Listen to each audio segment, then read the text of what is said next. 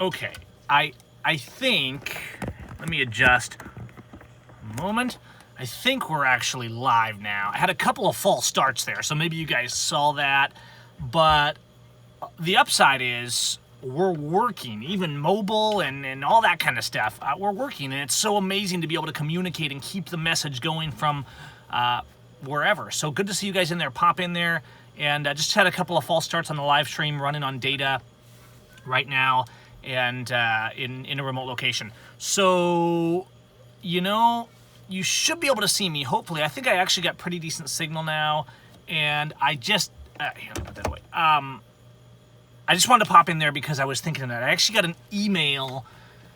You know, people have been following my case, and those of you that are just tuning in know that I've done activism for years, but they've been looking for a way to get me for my activism. So they arrested me for filming a cop, and then the prosecutor's trying to force me to get into my phone and trying to bring all these bogus charges. And I said, you know what? I'm tired of being threatened and terrorized by you people. I don't feel safe here with my family. And so I took a little road trip away from court. I didn't go because I'm not interested in a fake court and fake law. All right? Now, that's a big step. I'm not saying you should do that every day. And we'll see how we do, you know, going forward, because it's not like I just intend to let them get away with it and just railroad me. Who knows? Maybe they'll try and carry on a trial without me there. It wouldn't even surprise me. But I was thinking, because I got an email from the Electronic Frontier Foundation. Now, I don't know a lot about these guys, but I've heard about them for years. And I think I had sent them an email after they were trying to force me to unlock my phone, okay? So they have absolutely no right. First of all, the judge said I wouldn't be forced to unlock my phone, but even if he did, the judge has no right to do it. Then the prosecutor comes back, and he's going to force me to defend myself and argue why I should not be forced to unlock my phone, and he's trying to convince the judge to make me unlock my phone. What they're trying to do is get me locked in a cage, because they know that when I'm locked in the cage, my voice is mostly silenced. And I'm not okay with that. I'm a peaceful man. I'm not out looking for violence or anger or anything like that. But I'm sick and tired of my brothers and sisters being locked away in concentration camps. All right? I got this email, and I had sent my story, I think just pass it on one of my videos, to EFF. Now, EFF is I get, supposedly defends matters of you know, electronic privacy and things like that. And there's nothing more related to electronic privacy than a case where the government is trying to force someone to give evidence on their behalf in violation of the Fourth Amendment and the Fifth Amendment, et cetera, all right? They look at this, and EFF comes back and they say, well, we've talked about it around the office, and we've determined that you better get a public defender, especially if you didn't show up for court last time. You better request a public defender ASAP. And I said, well, thanks for letting me know where you're coming from. I appreciate it. I don't need a public defender. I can argue law just fine. There's nothing wrong with my motions or my understanding of the law. In fact, I know the court rules better than the judge and better than the public defender when it comes to arguing my case. The fact that you said this is what I told EFF, and I'm bearing them no ill will, other than I said the fact that you said this validates what I've been thinking. There is no law. If the best answer you have for a case, Electronic Frontier Foundation, where a prosecutor is literally trying to force me under threat of violence to unlock my phone, to give them access to it, to take evidence off it, to perhaps plant evidence on it, if the best answer you've got is you better find a public defender, then you know, and I know, that law is gone, that there's no winning in the courts. And that's why I thought this was a good thing to bring up to you guys, not so much to beat up on EFF. I don't know how many successes they have. I know that most lawyers have, you know, and most of the legal system when it comes to defending people's rights is losing right now because there is no law. But it said everything to me that EFF, instead of being like, wow, that's not okay that they would do that, let's look into it, they're like, you should get a public defender, because they know that they're losing too. They know that our rights are gone. They know that the courts are not winning, but they're not going to say that, right? They're a legal foundation. The law is truly gone, all right? And the reason I made this video tonight is they're always going to tell you, and people tell it to me all the time, they always say, you're an idiot if you don't get a lawyer that plays their game. And that's absolute rubbish. Now, I'm not going to say you should never get a lawyer.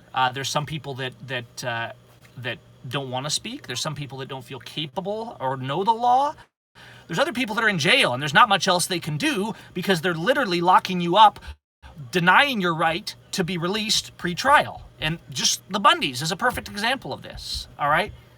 So I'm not holding it against someone if they get a lawyer. I know there are lawyers out there that try. You know, we have the lawyer trying for Jeff Winehouse. In my first time I got arrested, Stephen Pigeon, he tried really hard for me. The lawyers in some of these Bundy defendant cases are working hard, but they're really not winning. Nobody's winning, guys. The best they can hope for at this point, the best people hope for is to get out of jail. Winning would be justice. Winning would be the prosecutors who bring these malicious charges being brought to justice. Winning would be the cops who murder us on the side of the road being stopped. Winning would be actual due process being restored. The fact that you didn't stay in jail for life is not winning. Now, I realize if you're in jail and our people that are in jail, yes, we want to get them out, but that's not winning. You see, the legal foundations are not winning. They're getting micro victories here and there. They're getting people out of jail. They're getting innocent people out of prison. They're getting people who were denied due process. Occasionally their case is overturned. We're not winning because the courts all the way to the Supreme Court are terrorists.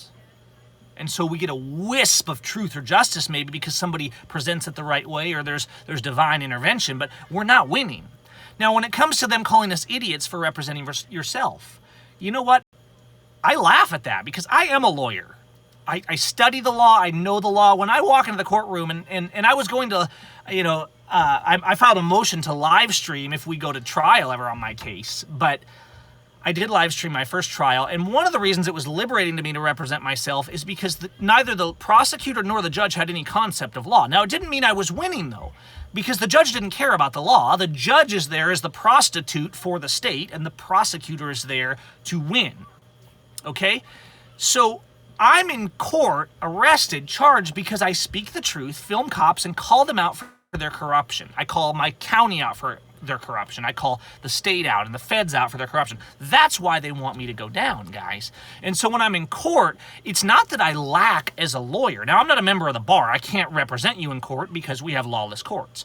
In a constitutional court, in a lawful society, anybody can represent you in court. If you want your friend to represent you in court, that's perfectly legitimate. They have absolutely no authority to restrict who represents you in court. And yet, they do, because the Constitution is meaningless to these people. Diane, thank you for your support in the super chat there. So when I've been in court, and I don't mean to egotize myself, all right? It's just that I study the law, I know my rights, and the prosecutor's not making a case. In fact, I posted some of the motions that I filed. And you can read the motions that I filed regarding some of the arguments, my motion to dismiss, my motion to throw out all the irrelevant evidence that the prosecutor was trying to drag up from years and years of my activism to demonize me, that was completely irrelevant to my case, but he needed it because there's no actual evidence in my case.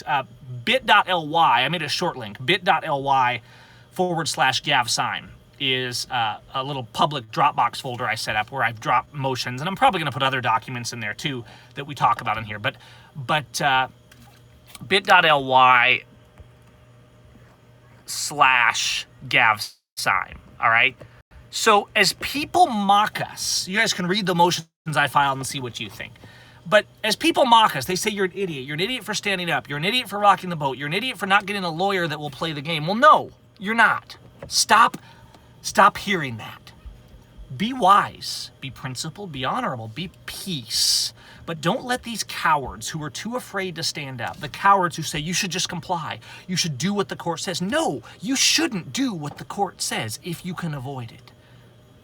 You should be peaceful. You should be honorable. But we have to start saying, I will not comply. Almost 5 years ago, 4 years ago maybe, we had a rally in Olympia where me and some others brought together over 3,000 people to commit felony disobedience against an illegal law. And we turned the world upside down with that rally. Here we are years later, and they're actually bringing that case, those stands that thousands of us made that I helped head up against me in court. And you know what? I don't comply still. I'm not willing to sit down. I'm not willing to argue your way. I'm not willing to pretend that your fake motions and your fake law and your fake court rules that you magically make up out of thin air to tell me I have to sit down, be quiet, and that I have no rights and I have to do what you say. I'm not willing to recognize those. I will not comply. Now, sometimes when you have a gun to my head, I may give you the money you're trying to rob from me, government. But I'm not just going to sit down and take it, because we can resist with peace. My public defender is Jesus.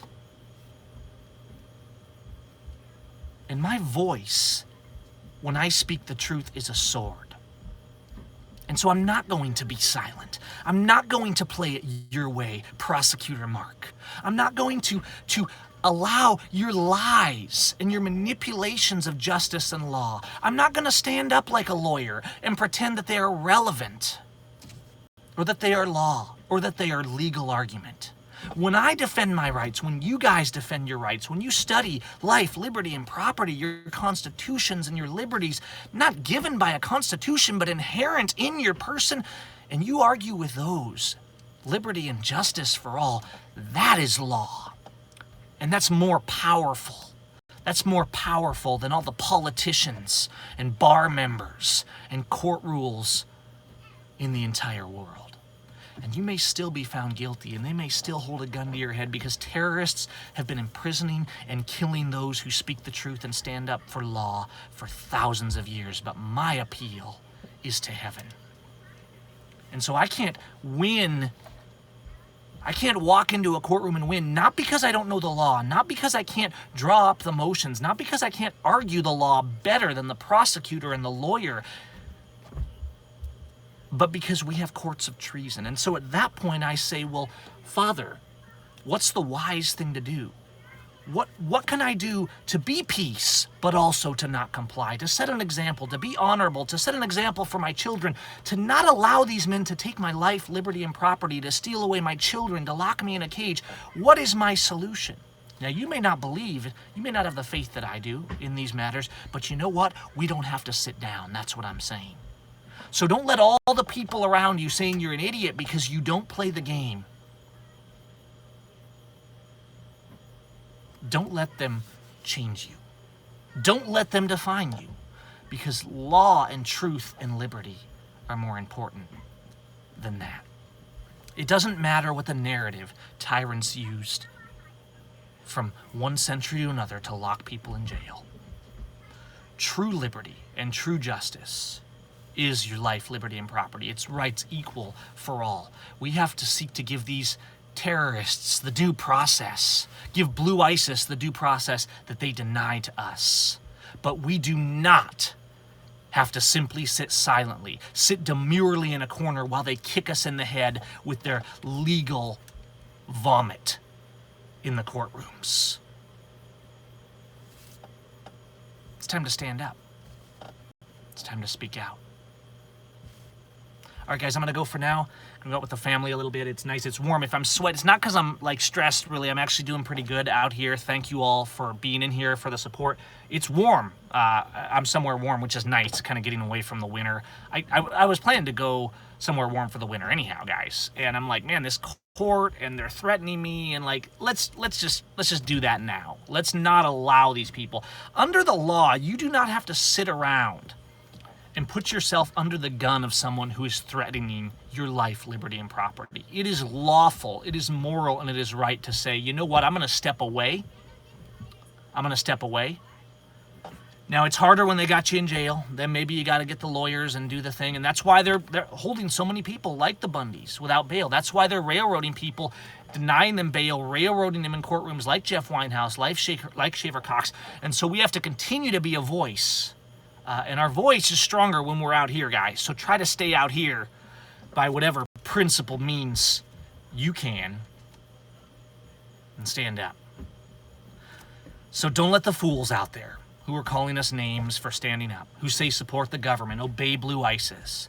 Don't let these people, who we know are cowards and slaves to the system, define us. Stand up for liberty.